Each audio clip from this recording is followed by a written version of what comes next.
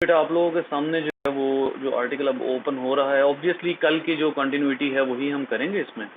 और आप लोगों को मैंने कल भी बताया था, ये वायरस का जो वर्ड था उसके हवाले से, ये वेनम का एक वर्ड है जो in Latin word venom, basically derive the word virus is derive from Latin word venom.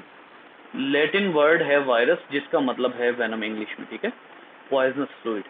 अच्छा, वायरस की डेफिनेशन कल बात हो गई थी। वायरल डिजीजेस जो ओवरऑल तंग करती रही हैं ह्यूमन को सेंचुरीज में, ठीक है।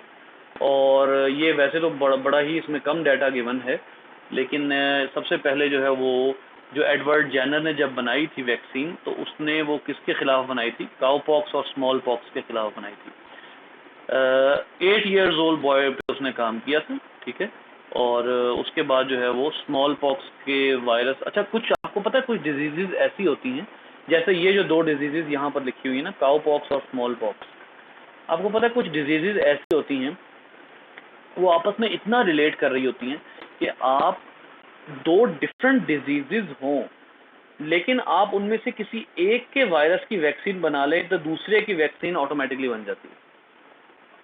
स्मॉल पॉक्स और काउ पॉक्स आपस में इतनी रेलेवेंट डिजीजेज हैं कि बेसिकली ये रेलेवेंट डिजीजेज नहीं है, इनके एजेंट्स इतने रेलेवेंट हैं कि आपने एक की अगर वैक्सीन बना ली है तो दूसरे की वैक्सीन आपको बनाने की उस तरह ज़रूरत नहीं पड़ती, बल्कि एक ही की वैक्सीन दोनों में इस्तेमाल हो सकती है। तो ये जो एडवर्ड जेनर ने काम किया था, ये यकदम ये किस चीज़ में कामयाब हुआ था? ये कामयाब हुआ था कि इसने एक की वैक्सीन बनाई और ऑटोमेटिकली दूसरे की भी बन गई, ठीक है।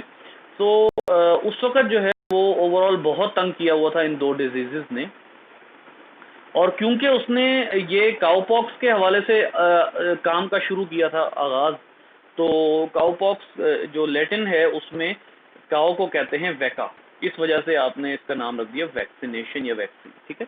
और अभी तक वही वर्ड चलता आ रहा है।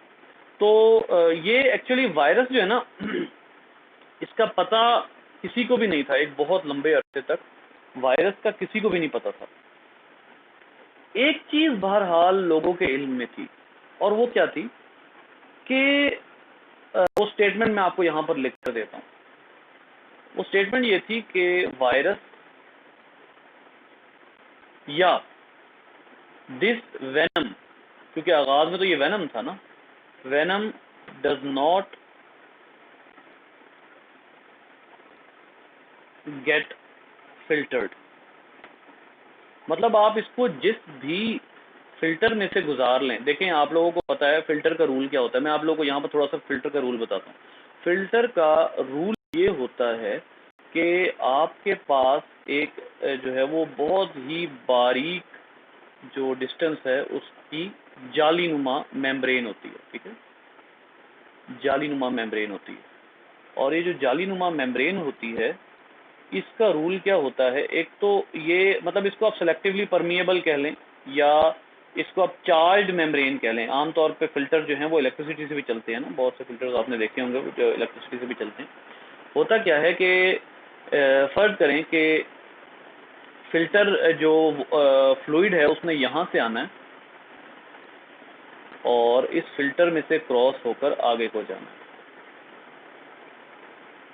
ठीक हो गया। अब फर्ज कर लिया कि यहाँ से जो है वो वाटर आ रहा है, और ये जो वाटर आ रहा है इसके अंदर मौजूद है कोई बैक्टीरिया या छोटे छोटे और एजेंट्स मौजूद है, ठीक है। होता क्या है कि जब वाटर इसमें से गुजरता है तो वो बैक्टीरिया वगैरह जो हैं वो इसी में रह जाते हैं, इसके साथ चिपके रह जाते हैं, और जो छोटे एजेंट्स होते हैं केमिकल्स वगैरह वो आगे गुजर सकते हैं। जैसे आप लोगों को एक बात बताता हूँ, खास किस्म के फिल्टर बनते हैं आरओ फिल्टर, रिवर्स ऑस्मोसिस के ना। एक दफ़ा गुजरता है फ्लूइड, फिर दोबारा से मेम्ब्रेन में से गुजरता है। और जो इलेक्ट्रिसिटी फिल्टर होते हैं उनका क्या काम होता है कि वो चार्ज के मुताबिक केमिकल्स को भी रोक लेते हैं। मतलब आरओ फिल्टर जो रिवर्स ऑस्मोसिस फिल्टर होता है वो इवन हमारा जो पानी होता है उसमें से केमिकल्स को भी फिल्टर कर लेता है। ये जो हमारे सिंपल फिल्टर होते हैं ना, अगर हमारे वाटर में केमिकल्स हैं या वायरस हैं, तो हमारे जो आम फिल्टर घर पे लगे होते हैं 3 यूनिट फिल्टर जो होता है या 2 यूनिट फिल्टर जो होता है, ये जो आम फिल्टर लगे हुए होते हैं ये वायरसेस को नहीं रोक सकते, बड़ा मुश्किल होता है इनका वायरसेस को रोकना। हाँ, वो वायरस जो बैक्टीरिया के साइज के हैं उनको रोका जा सकता है, लेकिन आपके बुक के मुताबिक बैक्टीरिया के साइज का कोई वायरस है ही नहीं आपके बुक के मुताबिक, यही मैंने आपको कल भी बताया था। तो इसी तरीके से हमारे जो आम फिल्टर लगे हुए होते हैं घर पे, वो केमिकल्स को नहीं रोक सकते। ठीक हो गया। तो अब जब इन लोगों ने, ये जो डिस्कवरर्स थे, इन्होंने जब डिस्कवरी शुरू की तो इनको पता ये लगा कि ये जो वेनम है, ये जो वायरस नाम की चीज है, ये फिल्टर नहीं होता, बल्कि ये फ्लूइड के साथ आगे मूव कर जाता है। ठीक है, ये जो चीज आगे मूव कर जाए ना, फिल्टर में से गुजर जाए, उसको आप कहते हैं फिल्ट्रेट। ये फिल्ट्रेट का हिस्सा बन जाता है, it becomes the part of filtrate. अब यहां पर प्रॉब्लम है, और वो क्या है कि जो अगर ये फिल्ट्रेट का पार्ट बन जाता है तो इससे तो आप कभी भी छुटकारा नहीं पा सकते। भाई मसला ये है कि एक चीज है, उसको आप किस जरिए से रोक रहे थे? आप बैक्टीरिया को अपने तक आने से रोकने के लिए फिल्टर यूज करते हैं, ये बात तो पता है सबको। बैक्टीरिया को अपने तक आने से रोकने के लिए आपने फिल्टर यूज कर लिया। अच्छा, आपने जब फिल्टर यूज कर लिया बैक्टीरिया को अपने तक आने से, तो बैक्टीरिया तो रुक गया, वायरस नहीं रुकेगा। अब क्या करें? यहाँ प्रॉब्लम आता है। यहाँ प्रॉब्लम क्या आता है कि अब उसके बाद फिर इन लोगों ने जो डिस्कवरर्स, इन्होंने डिफरेंट किस्म के जो है वो शुरू किए एक्सपेरिमेंट। जैसे सबसे पहले एक साइंटिस्ट था, लुइस पॉस्चर का एसोसिएट था वो, चार्ल्स चैम्बरलैंड। यहाँ पर लिखिए, देखिए लिखा हुआ है, he found that bacteria cannot pass through porcelain filters। Porcelain filters जो है वो इनिशियली यूज किए जाते थे, अब तो बहुत तरह के फिल्टर्स यूज किए जाते हैं, ये भी बड़े बारीक फिल्टर्स होते थे। ठीक है, और जो रेबीज है वो, अब देख लीजिए उसने क्या कहा है। उसने कहा है चार्ल्स चैम्बरलेन ने कि बैक्टीरिया जो है वो तो पोर्सिलेन फिल्टर से पास नहीं हो सकता। ये तो बात पक्की है, ये तो बात मैंने भी आपको बताई कि बैक्टीरिया फिल्टर में से पास नहीं हो सकता। लेकिन उसके आगे वो क्या बात कर रहा है, but the agent responsible for rabies. Rabies एक डिजीज होती है जो पागल कुत्ते के कांटे से होती है, और ये सिर्फ पागल कुत्ते के कांटे से नहीं होती। अगर किसी भी मैमल को, इवन ह्यूमन को, अगर ह्यूमन को रेबीज है, और और आपको पता है कि रेबीज ह्यूमन को इस हद तक पागल कर देती है कि वो दूसरों को काटना शुरू हो जाता है। ठीक है, अगर ह्यूमन को रेबीज है और वो ह्यूमन किसी दूसरे ह्यूमन को काट लेता है, और उस ह्यूमन को जिसको काटा गया है उसको जख्म आ जाता है, तो एक ह्यूमन से दूसरे ह्यूमन में रेबीज जा सकती है। शर्त यह है कि पहले वाला जिसने काटा है वो इन्फेक्टेड हो। तो रेबीज जो है वो बड़ी ही खौफनाक डिजीज है, बहुत खौफनाक डिजीज है, और ये बहुत अरसे से ह्यूमन की दुश्मन है, बहुत ही लंबे अरसे से। और इस वक्त करंटली ये जो डेवलपिंग कंट्रीज हैं, मैं ये नहीं कर रहा जो डेवलप्ड कंट्रीज हैं उनकी बात नहीं कर रहा, जो डेवलपिंग कंट्रीज हैं, जो अभी तरक्की पजीर ममालिक हैं, जिनमें अभी तरक्की हो रही है, उनमें अमवात का बहुत बड़ा हिस्सा, जानवरों के कांटे से अमवात का बहुत बड़ा हिस्सा रेबीज का है। पागल कुत्ता काट लेता है, और पागल कुत्ता काटने के बाद इस पूरे मुल्क के चंद शहरों में वैक्सीन की जो है वो सहूलत मौजूद है, बहुत कम। बहुत जो बड़े बड़े शहर हैं, इवन कराची में रिसेंटली, ये पिछले कुछ अर्सा पहले जो है देखा था कि कराची में एक ही महीने में कई अमवात हुई थी कुत्ते के कांटे से। और वो क्या था कि कराची के गिरदो नवाह में ऐसे इलाके थे कि जहाँ पर सहूलत नहीं थी, वहाँ से जो है वो जब ट्रांसफ़र किया गया बच्चे को, आमतौर पे होता ये है कि क्योंकि बच्चे बाहर फिर रहे होते हैं, और कुत्ता जो है वो आमतौर पर ज़्यादातर ना ये डिजीज़ होती है कुत्तों को, और ये इसका जो सोर्स होता है वो ज़्यादातर डॉग्स होते हैं।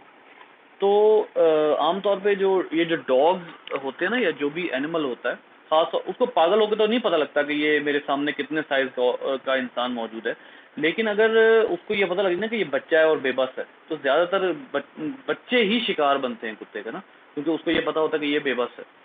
तो अब वो बच्चा कोई बाहर खेल रहा है और उसको आगे काट लिया। प्रॉब्लम ये है कि पहले अपने टोटके किए, फिर हॉस्पिटल पहुंचाया, इतने अरसे में जो वायरस का इंक्यूबेशन टाइम था वो गुजर गया। वायरस का इंक्यूबेशन टाइम गुजर जाए तो फिर बहुत कम उम्मीद होती है बचने की। अब उसके बाद डॉक्टर्स ने क्या कहा कि इसको, वो जो हमारे यहाँ पे मशहूर है ना, आप लोगों ने भी वो मीम पढ़ा होगा कि एनुला और ले जाओ, इन्हें नहीं बचना। बहावलपुर मुल्तान के डॉक्टर्स क्या कह रहे थे, एनुला और ले जाओ, इन्हें नहीं बचना। यही मुसीबत है ना, एक बहुत बड़ी मुसीबत है कि इक्वल डिस्ट्रीब्यूशन नहीं हुई हुई सहूलियात की। इक्वल डिस्ट्रीब्यूशन ना होने की वजह से बहुत ज़्यादा अमवात होती हैं। यही होता है आमतौर पे। रेबीज़ जो है वो एक बहुत खौफनाक डिजीज़ है जिसने पाकिस्तान में बहुत ज़्यादा अमवात जो हैं वो कॉज की हैं। तो बात ये हो रही थी, वो कहता है कि जी चार्ल्स चैम्बरलैंड जो है उसने कहा बैक्टीरिया तो पास नहीं होता, लेकिन रेबीज़ का जो वायरस है ना वो इन फिल्टर्स में से पास हो जाता है। तो अब इसको उसने क्या कहा, उसने कहा कि जी रेबीज जो है ना वो असल में किसी बैक्टीरिया की वजह से नहीं होती, क्योंकि अगर बैक्टीरिया की वजह से होती, अगर रेबीज बैक्टीरिया की वजह से होती और मैं ऑर्गेनिज्म का खून फिल्टर कर देता तो उस खून में मुझे रेबीज का बैक्टीरिया मिलता या ना मिलता?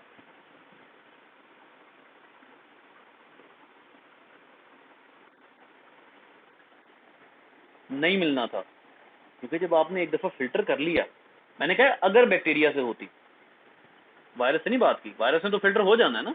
मैंने तो कहा है अगर बैक्टीरिया से होता, रेबीज की बीमारी बैक्टीरिया से होती और आप एक ऑर्गेनिज्म से खून उसका इंजेक्शन के जरिए निकालते और उस ब्लड को फिल्टर कर लेते, अगर बैक्टीरिया के जरिए हो सकता ना रेबीज, तो वो बैक्टीरिया उस पोर्सिलेन फिल्टर में से ना गुजर सकता और वो ब्लड जो है वो प्योर आ जाता आपके पास।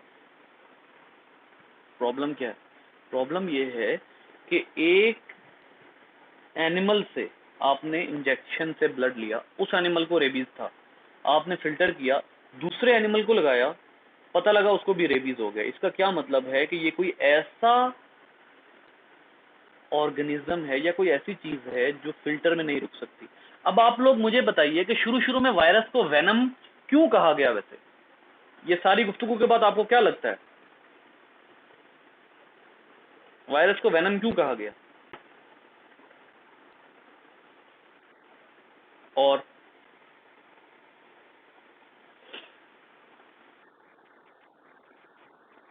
जी कासिम, आप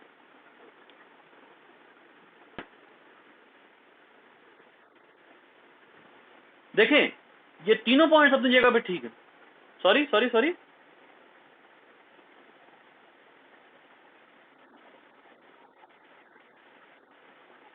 आप तीनों की बातें ठीक हैं, लेकिन अगर एक चीज फिल्टर में से पास हो जाए ना, तो उसके बारे में उस जमाने में क्या सोचा जाता था कि कोई इन्फेक्शियस एजेंट फिल्टर में से पास नहीं हो सकता। मैं रिपीट कर रहा हूं, उस वक्त साइंसदान क्या सोचते थे कि कोई भी इन्फेक्शियस एजेंट फिल्टर में से पास नहीं हो सकता।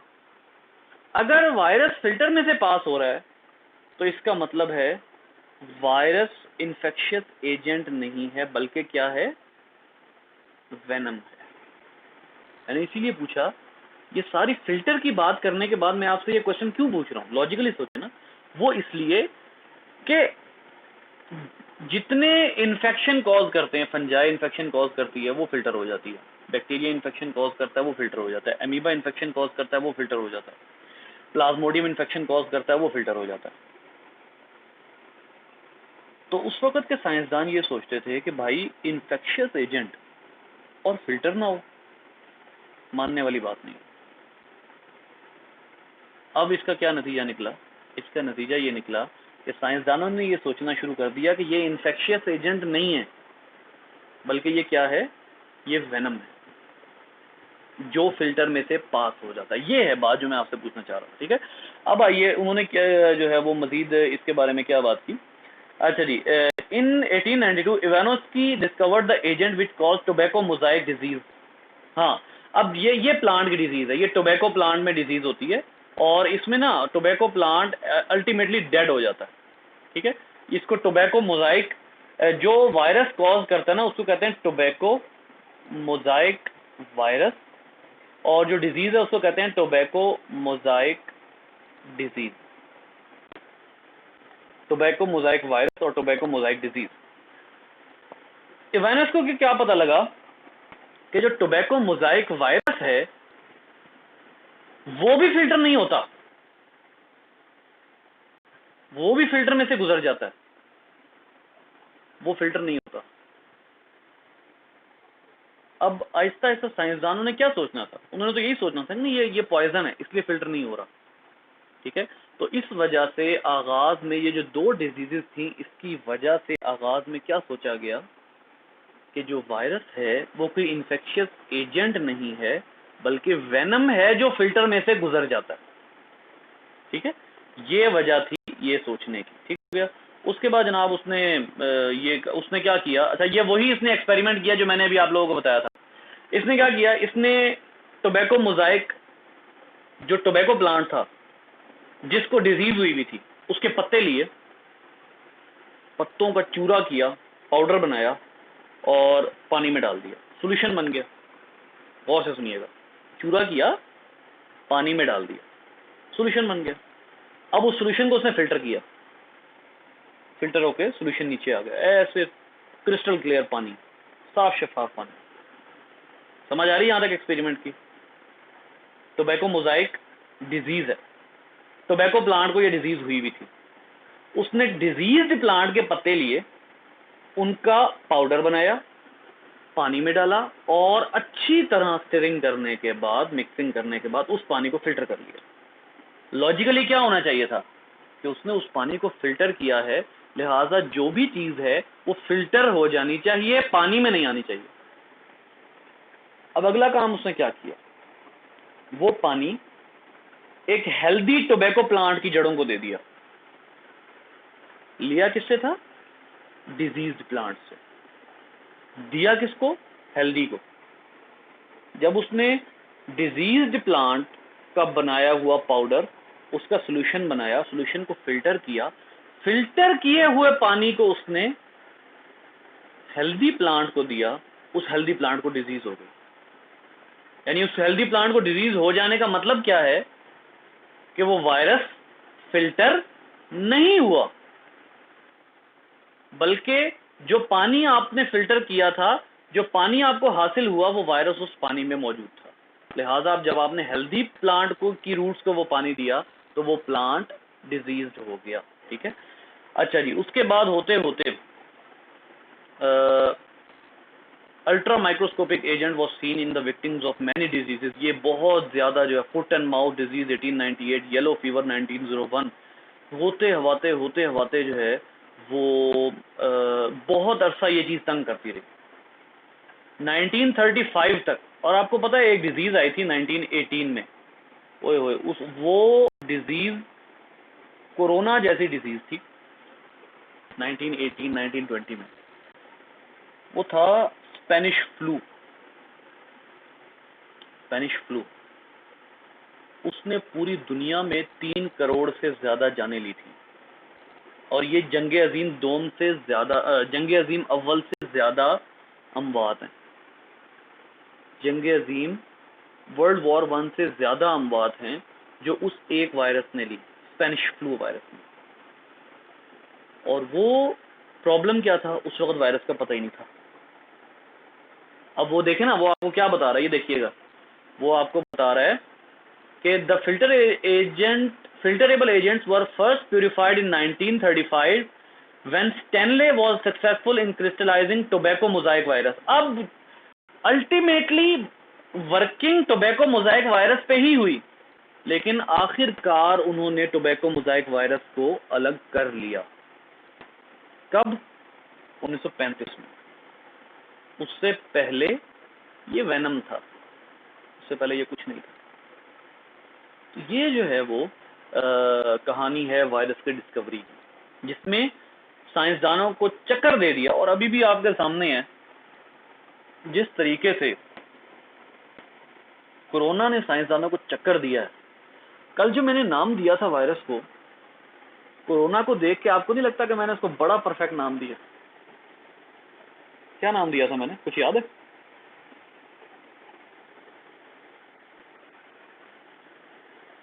वो मैंने एवं ही नहीं दिया था। आप डिस्कवरी देख लेना, बाकी बातें छोड़ें, आप डिस्कवरी देख लें।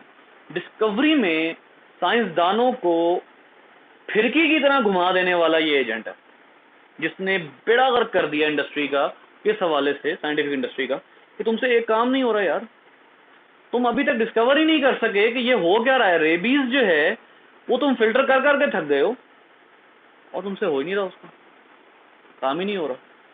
बड़ी मुश्किल जब वैक्सीन का आइडिया आया तब कुछ कामयाबी हुई साइंसदानों को ना, कि चलो उन्होंने वैक्सीन बनाना शुरू कर दी। जब उन्होंने वैक्सीन बनाई तो चलो ठीक है, फिर रेबीज के अगेंस्ट काफ़ी काम हो गया। लेकिन जब वैक्सीन बनाई ना तब भी वायरस की रियलिटी का कुछ नहीं पता था इन लोगों को। आप देखें, अंदाज़ा करें, ये जो छठा चैप्टर है ना, इसमें एक जगह आगे जाके ना लुइस पास्चर का जिक्र है कि लुइस पास्चर चकरा गया था एक डिजीज़ का ना, उसने हाँ, वो मुर्गों पे एक एक्सपेरिमेंट कर रहा था। तो फाउल कोलेरा एक डिजीज़ होती है, फाउल कोलेरा, उस पे वो काम कर रहा था। तो उस पे वर्किंग के दौरान ना वायरस ने लुइस पास्चर जैसे बड़े साइंसदान को चकरा के रख दिया था।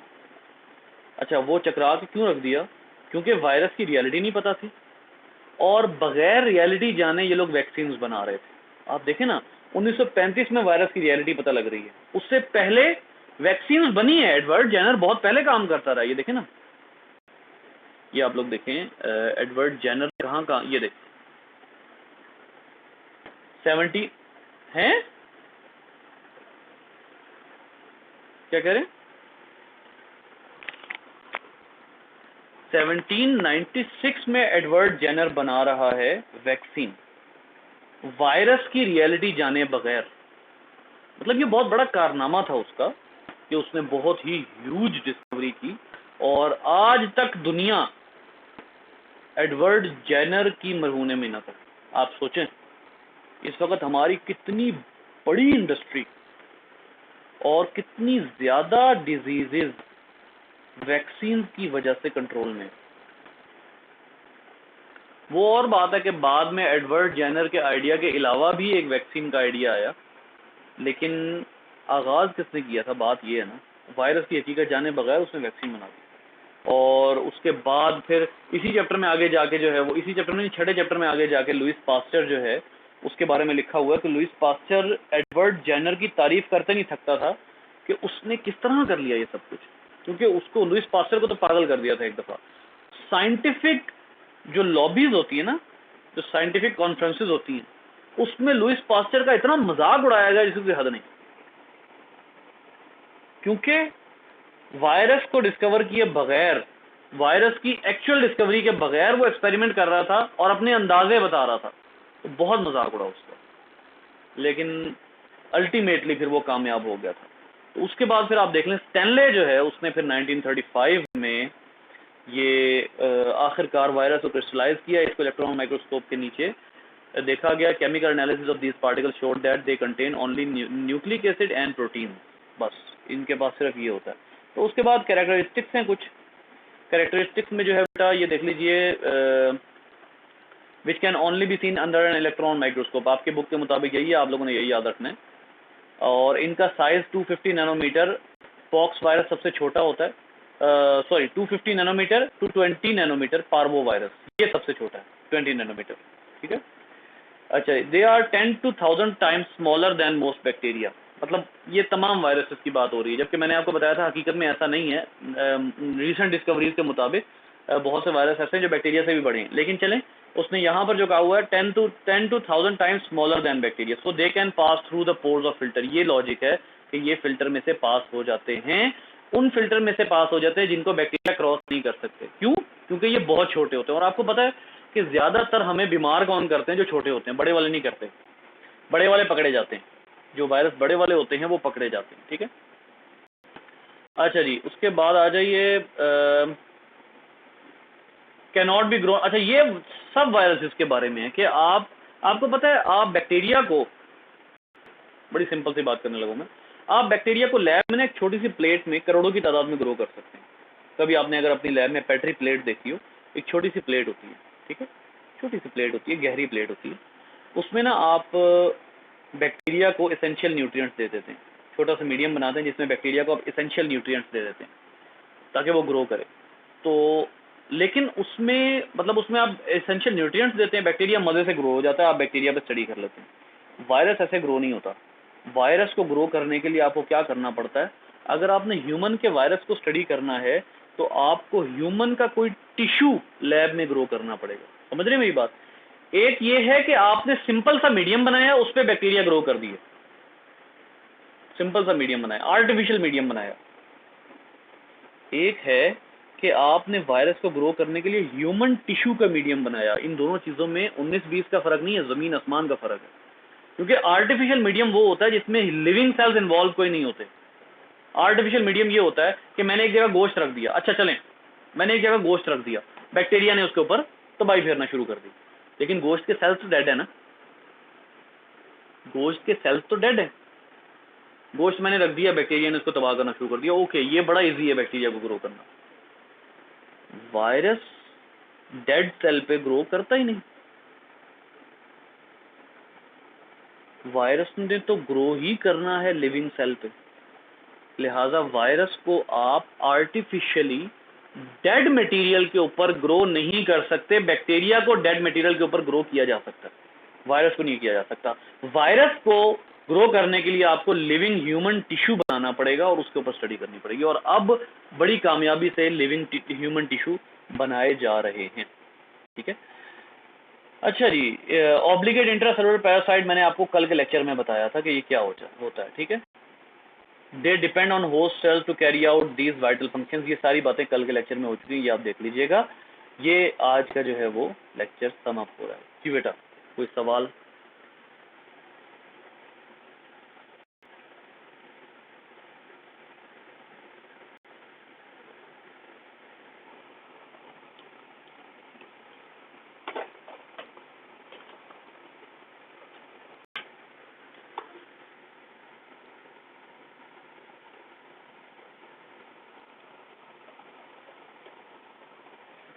हाँ जी।